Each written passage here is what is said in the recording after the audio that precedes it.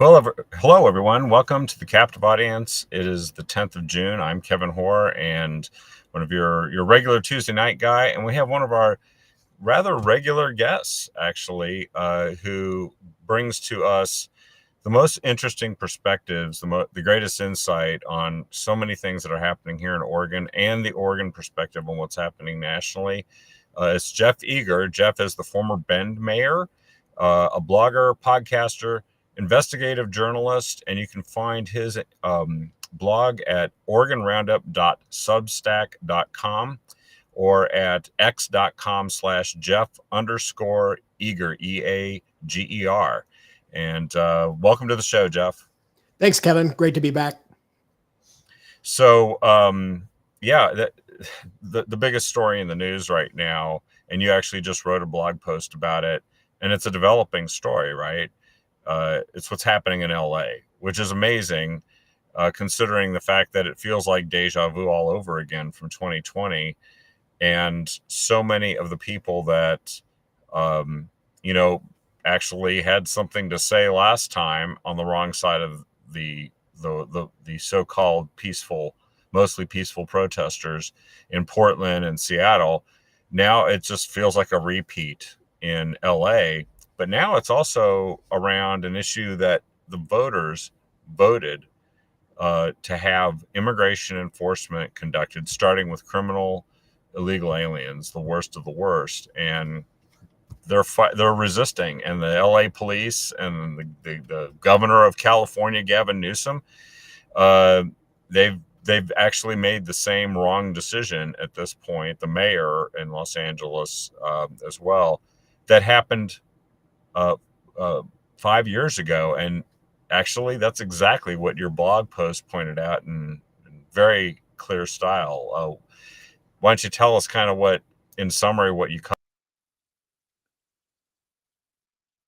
you noticed that you covered? Yeah, sure thing. Thanks, Kevin. I think the big thing about what's going on in LA right now, and then I'll try to compare and contrast it to what was going on in places like Portland in 2020 ad nauseum. So in LA, I think at its crux, what we're seeing is what was probably an unavoidable clash of views about the enforceability of federal immigration laws in Los Angeles and other blue jurisdictions. So, and that comes about because of the way that these blue jurisdictions have been led in recent years. And the way they've been led with regard to immigration enforcement is, legally speaking, they are sanctuary states. They've passed these laws saying California and Oregon have both passed laws saying that local law enforcement, state law enforcement can't help enforce immigration laws within the state. LA has its own ordinance locally that does the same thing. But even beyond those sanctuary laws, the rhetoric, and I see much more of the rhetoric from Tina Kotek, Oregon's governor, than from Newsom. Although I do see lately, I've been seeing a lot of the Newsom stuff too. But in general, especially here in Oregon, what you've seen is the governor going out and saying to the immigrant community, or she says she's saying it to the immigrant community, I've got your back. We're going to look out for you. We're going to do everything we can to help you. And I think between that rhetoric and the legal status of sanctuary states, I think honestly, people have given the idea that maybe federal immigration law doesn't apply in these places, right? And that's sure the way Los Angeles is acting now, or the minority of Los Angeles that is actually engaged in the rioting down there, is it's just a defiance of federal law. I mean, I don't know how else to put it. It's a direct obstruction of the rightful enforcement of federal law. And the last president didn't choose to obviously enforce these particular federal laws, but they're still federal laws, and this president is enforcing them, and he's entitled to, regardless of sanctuary state status.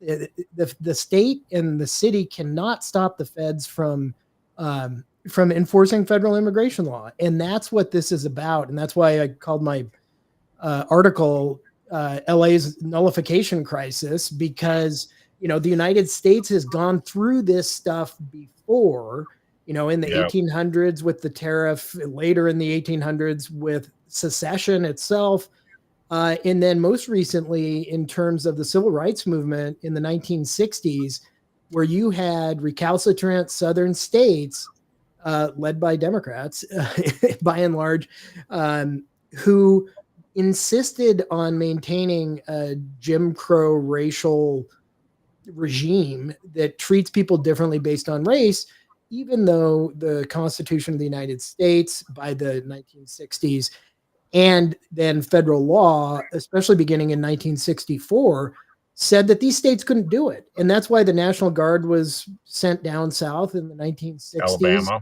to force compliance with federal law.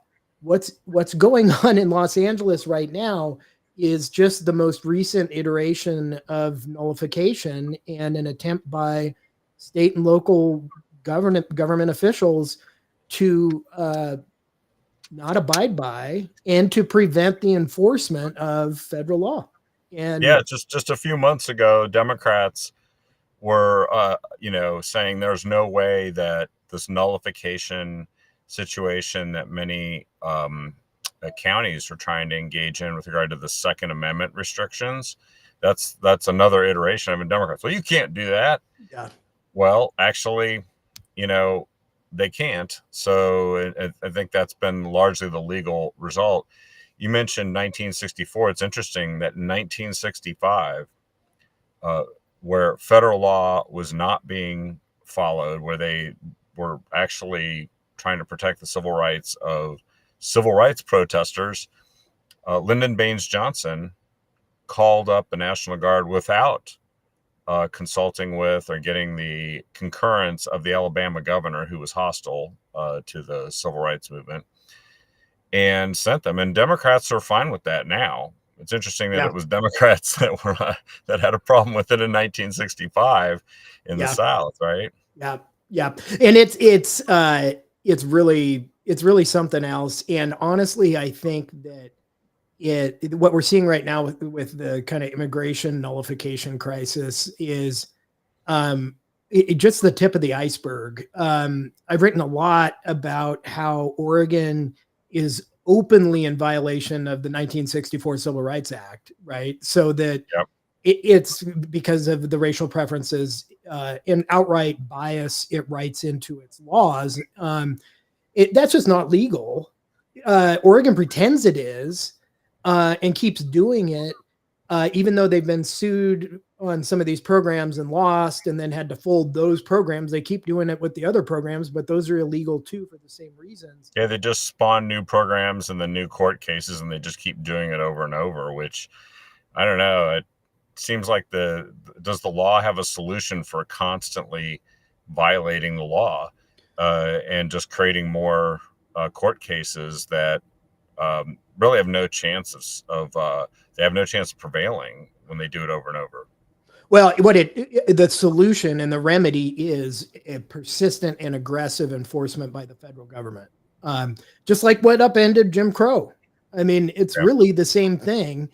And if you don't have someone at the top of the executive branch who's willing to enforce federal law, then it doesn't get enforced. And then you get places like Oregon and California who kind of do their own thing. And I think what we're seeing is the beginning of the confrontation that comes from that. It's interesting, too, that this other debate has been kindled. And I believe I just saw a headline just a few hours ago. The California governor has challenged the ability of the president to activate the National Guard over his objections. on the basis that he did it. And there's no stay that's been given. There's no blocking what President Trump is doing by the federal courts. And so, and I've heard several explanations today. USC 10 is actually really clear. Like, when federal law cannot be enforced, that's in effect a rebellion against federal law. And when it can't be resolved by other means, which it can't be when federal law enforcement is going in and enforcing federal law as it's on the books, as it's well understood to be. And they simply don't like it because they don't like they have a political objection to it, but they don't have a legal objection to it. They start interfering with federal law enforcement, and then they start rioting. He has the perfect right, doesn't he, to activate the National Guard and other military units if necessary in order to quell what is an uprising, which amazingly, and the first time I saw this, I couldn't believe that these guys are this dumb, but carrying Mexican flags all over the place. That's not how you win over Americans.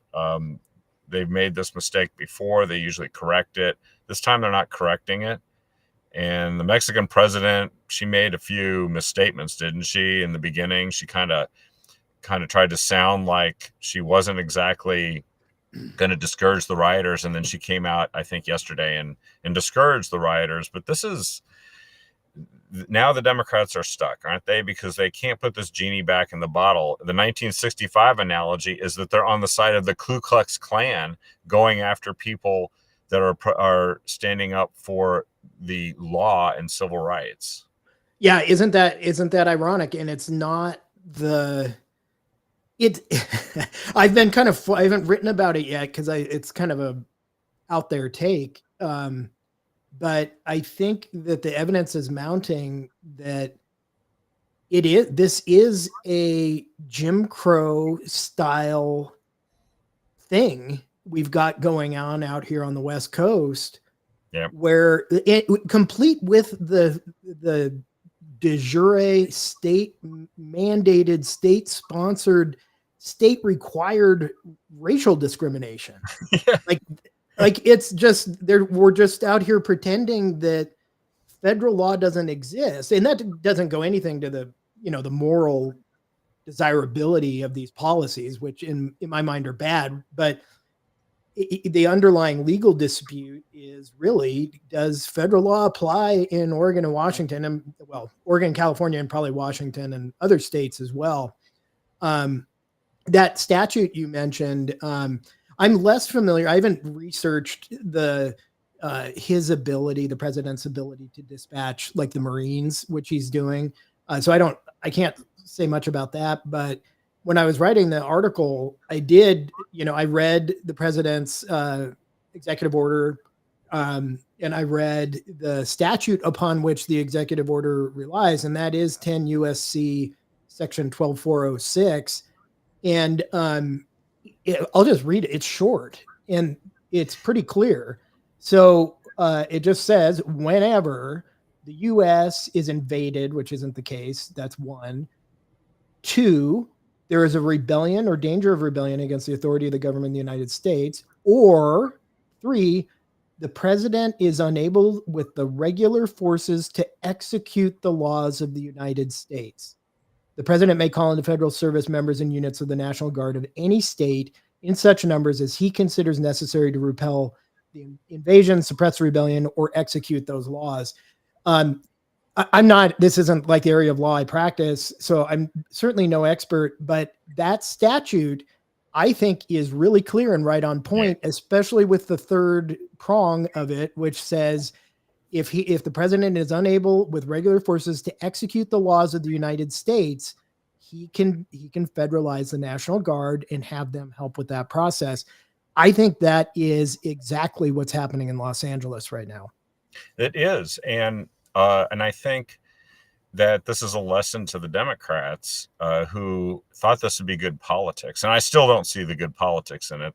I guess they didn't get 2024. There's people that seem to have missed the lessons of the last election cycle, but I'm not going to stop somebody I consider to be on a different side of the fence for me politically from making bad political errors. That's their job to figure it out. But I do think that this is now, it's mushrooming too. There's an additional dimension to this, which also made me think of you when I was reading these stories, because of all the stuff you've done about Oregon and these nefarious efforts to get campaign finance funding to people, to get government funding into different folks, and the graft and corruption and ethical problems. This is a layer to this story, because it looks like the anti-ICE protests, the group that's leading it, that's organizing it openly in the lead, received 96% of their funding from the state of California, and they still do. And they also received some funding from the federal government, a smaller portion, but it was kind of a merit grant, because they were just doing such a super awesome job at promoting the Biden illegal immigrant invasion. And then on top of that, apparently this group is also raising money via Act Blue, the Democrats' fundraising machine. You almost can't, like I couldn't have made this up and people would have believed that it would have this many tentacles to it. But it appears that now the FBI is all over this. Kash Patel is like, we're looking into this. We're looking into who's funding and organizing these riots, which is what they should have done in 2020. So in a way, the Democrats haven't learned a lesson from 2020. But I think maybe Trump and the folks he's got in his administration have, because they didn't really do anything to go after Antifa, and which is a interstate conspiracy worthy of any RICO prosecution for committing a bunch of crimes. And they didn't do that. They didn't go after the funders. They didn't, break this down and rack and stack and get them all charged. They're going to do it this time, maybe. Yeah, maybe they will, and they should. If these guys are breaking federal law, then the feds need to enforce that law and put them away, because this is what's going on right now. What's happened in 2020 and is happening again now. If this turns into like national urban violence over immigration, it's a real threat. That is a real threat to the safety and security of Americans. And it's being perpetrated, quite frankly, by a pretty small minority of people who are just going to mess it up for everyone else. And, these places where, Los Angeles, Portland, et cetera, they're obviously heavily Democratic areas, but a lot of the Democrats there don't like this kind of stuff. The problem is that they and their elected officials are terrified of speaking out against it, as we're seeing again in Los Angeles, because they don't want to be seen as being, allied with Trump in any way, shape, or form. And they think that these rioters are a part of their team. They think they're part of their coalition, and they are kind of. Yeah. The thing is I don't know how much the Democrats can control that aspect of their coalition. I mean, they had that problem in 2020 in Oregon. They kind of lost control of them. But I always described them as the militant wing of the Democrat Party, because that's how they behaved. But like any militant wing anywhere in the world of any political entity, is that sometimes they lose control of the militants, and then the militants actually overthrow them. And I think that's what they're afraid of. Yeah, I think you're right. I think that's an excellent observation.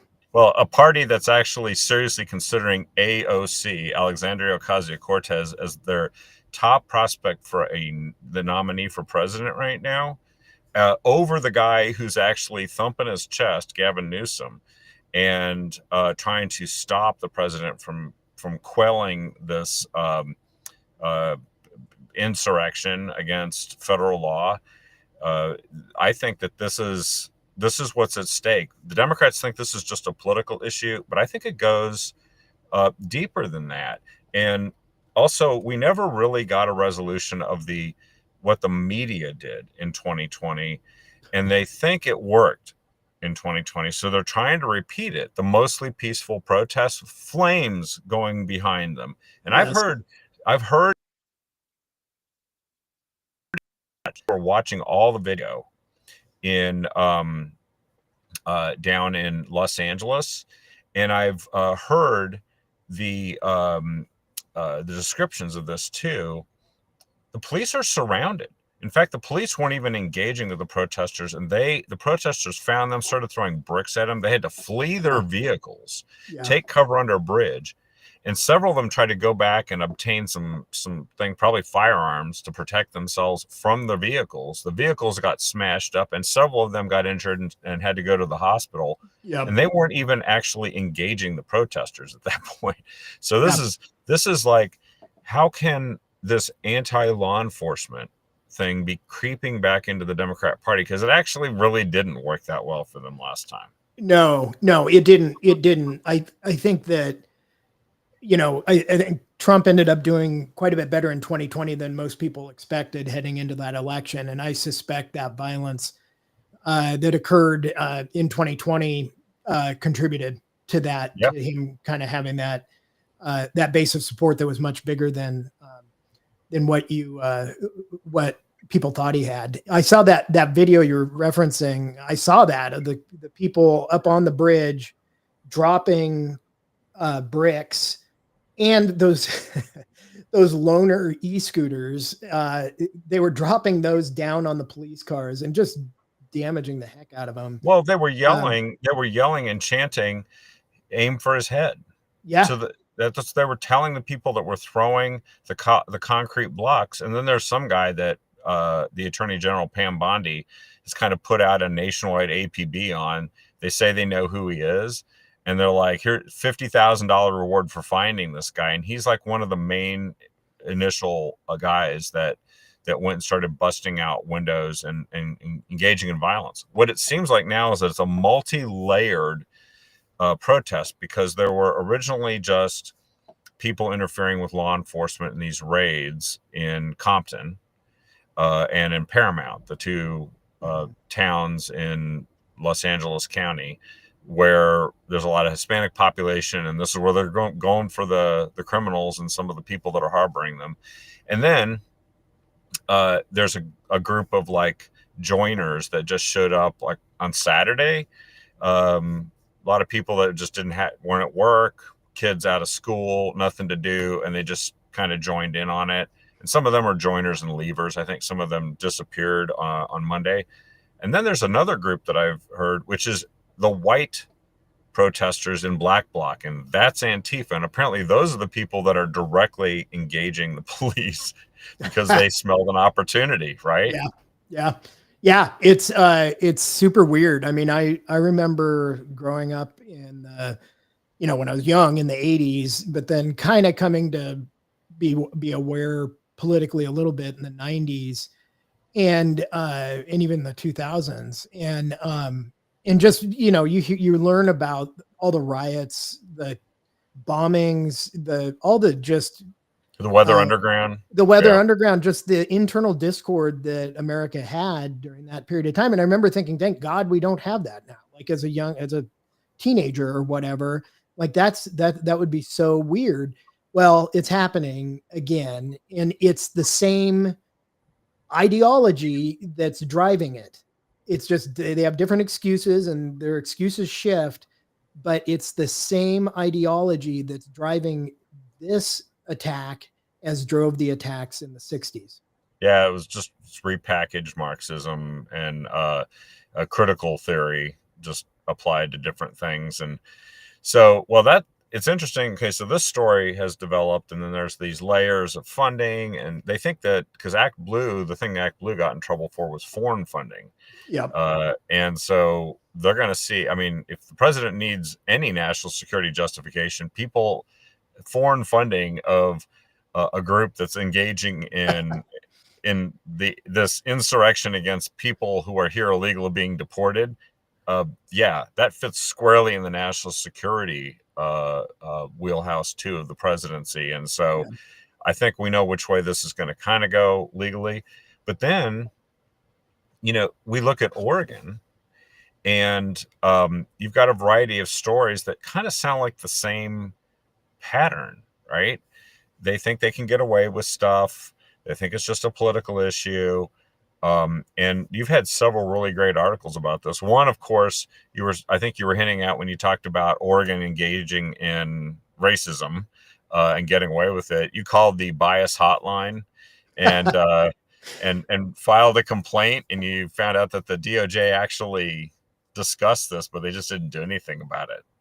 Yeah, that's exactly what happened. Yeah, Oregon has this has this bias hotline, and they were really publicizing it at the beginning of the Trump this Trump administration, and they threw more money at it because they pretended to think that there would be more bias complaints just because Donald Trump's president, I guess, and so I was reading this stuff, and I had been doing all this work on, the racial discrimination that we were talking about that's just throughout Oregon law. And so I decided to file a bias complaint to the state of Oregon about the state of Oregon. And I didn't know really what to make of it or whether they would ever, I thought I'd get just a call back from someone saying, like just to take more information. Nice try. Whatever. Yeah. And so, a few months went by or a couple months went by, and I emailed the bias hotline people, and I was like, what's going on? And they just stopped responding to me at some point. And then, so I just did a public records request, and, people in DOJ, the deputy AG, the spokesperson, and others were emailing about the complaint and what they should do about it, and all that. And the long and the short of it is they never responded. They never acknowledged to me my bias complaint, even though they promised that your complaint. Yeah, and it's I think they would disagree with the premise of the complaint. But it is a bias complaint, and it is legitimate, and I would appreciate a response. I really a would. complaint hotline that ignores complaints is not really a complaint hotline. It's a political stunt. Some of the other stories, an architecture firm that's on a board voted for funding to the tune of $189 million. That's going to end up being spent with our own firm. I don't like, you can't even make this up, that somebody would do this. Can you describe that briefly? Yeah. So there's this woman who serves on one of these advisory boards that the state of Oregon has. And this particular board authorizes big chunks of state financing for quote unquote affordable housing. Yeah. And a lot of what they do is spend a bunch of money on these kind of new affordable housing complexes. And one of them's in Hood River. Anyway, this woman that serves on the board on this committee that has to approve financing these things, she's an architect by profession, and she works at an architecture firm in Portland that actually is a subcontractor on at least 3 of the projects that she has allocated $180 million to. And it's just a blatant conflict of interest under Oregon law. And there's a guy, the reason I found out about it is there's a guy that is actually pursuing it, has actually filed ethics complaints against her. But we know that the ethics commission in Oregon is pretty ineffectual. And even if they find she did something wrong, they're going to fine her maybe a couple $1,000 and wipe their hands of it. We have a precedent for that. That was the other story I wanted to talk about is the story we've talked about before, Shemia Fagan. And of course, it's related to Val Hoyle, the congresswoman, and Tina Kotek. They dropped those charges at the end of the Biden administration at the 11th hour and just washed their hands of it. You wrote an article saying because they then Fagan went in front of the Oregon Government Ethics Commission and got a low $1,000 fine, and that was it. They moved on. You're saying that the DOJ should consider reopening this, the Trump DOJ, and you kind of dissected the whole farce around Shemia Fagan. Yeah, I think the Trump DOJ should take a look at that, because it just, the timing of all of it's weird. I mean, first of all, the U.S. DOJ has prosecuted in recent years a lot of I shouldn't say a lot, some cannabis bribery schemes down in California, where cannabis companies were paying off the city officials so they could get their cannabis licenses. And they prosecuted them, and I think some of them are in prison now. It's the same thing that happened here, right? Like it's a precedent that other cases that were carried to their conclusion actually did involve prosecution and conviction. Yep. And in this case, what happened was LaMotta gave a bunch of, campaign donations to these folks, and ultimately, and gave a job to Shemia Fagan that paid her $20,000 before the whole thing was found out 2 months later. That's a direct personal benefit conferred to her by this LaMotta cannabis company that is trying to convince her to do certain things on their behalf in the state government. That's bribery. And then Biden drops it when he was doing all kinds of weird pardons and stuff toward the end of his term. And then it's just gone. And then Biden knows a thing or two about bribery, by the way, as I recall. I don't know if he knew much of anything toward the end of the term. That's true. Or remember it. Yeah, he's an old man with a poor memory. So I guess I think it's interesting now that he's trying to say that he actually did make every decision, such as the pardons. And we're supposed to believe an old man with a poor memory, that he remembers all the pardons that someone signed with an auto pen on his behalf. But yeah, I mean, so should Tina Kotek and Val Hoyle breathe easy over this, or do you think this could actually come back and they should breathe easier than they were last year, for sure, when the feds were apparently investigating their relationship with LaMotta. So yeah, I mean, but if the Trump DOJ takes it on and they then they have a problem. Then they have a problem, because I suspect there's something there. I might be wrong. I don't know what evidence the FBI turned up before the investigation was closed down, but just based on stuff that's publicly available, it looks like a crime to me. So the last thing, last story I thought we might try to touch on here before we wrap up for the day is a lobbyist briefed Tina Kotek and her staff on non-citizen registration.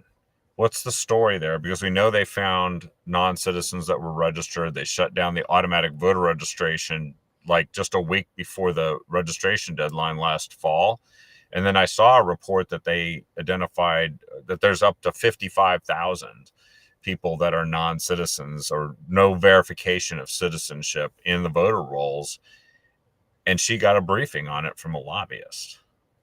Yeah. So this goes back to, so it became public in September of last year that the state had illegally registered a bunch of folks to vote who were not citizens. And so I found out I've been doing public records requests about this. And so I found out that there was this, emergency conference call the next day, which was a Saturday, that involved the top staff for governor's office, DMV, and the Secretary of State.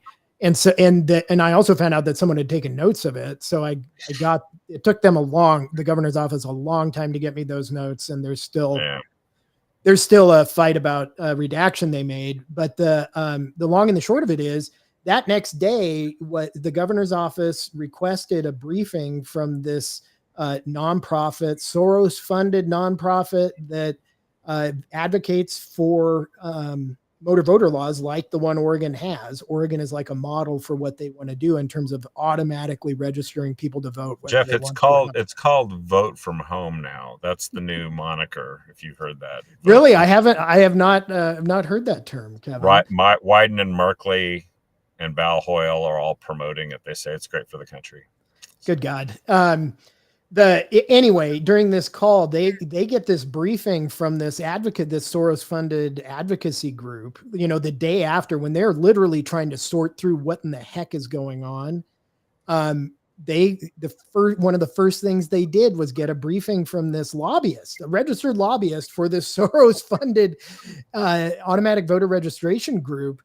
And to me, that seems like a kind of a problem. And whether it's because the state doesn't know how their own system works enough. And this group, this is the same group or an affiliated group that actually found out that Oregon had registered the illegals in the first place. Long story. But yeah, they got a briefing from this lobbyist just the next day and actually implemented some of his suggested talking points. It's something else. Well, they also have another thing coming their way. I just saw this yesterday. Apparently, the Justice Department, the U.S. DOJ, has filed what's called a statement of interest in Oregon elections case concerning states' obligation under the National Voter Registration Act. So they're going to start probing all this stuff, and it couldn't happen to a nicer state with a vote from home system. Vote by home. Vote from home. Yeah, sorry. Vote from home.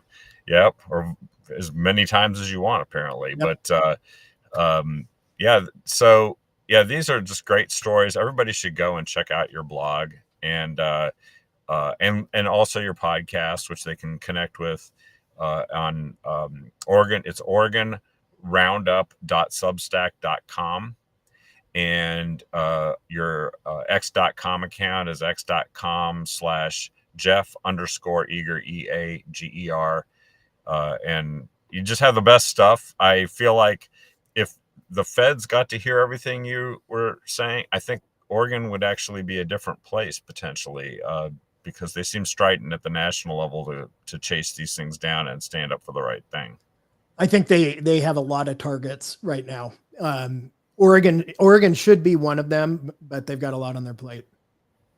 Well, thanks again for joining me here tonight. This is another great show, and I really appreciate you being on. And we'll be watching to see what your future blog posts are going to be, because Oregon is the gift that keeps giving. Every story keeps coming back. Yep, sure does. Thanks, Kevin. Thanks a lot, Jeff. And thanks everyone for watching here tonight. Please share this show with everyone you can. And we will see you tomorrow night on the next episode of The Captive Audience. It should be some combination of Sunny and Don. Have a good night.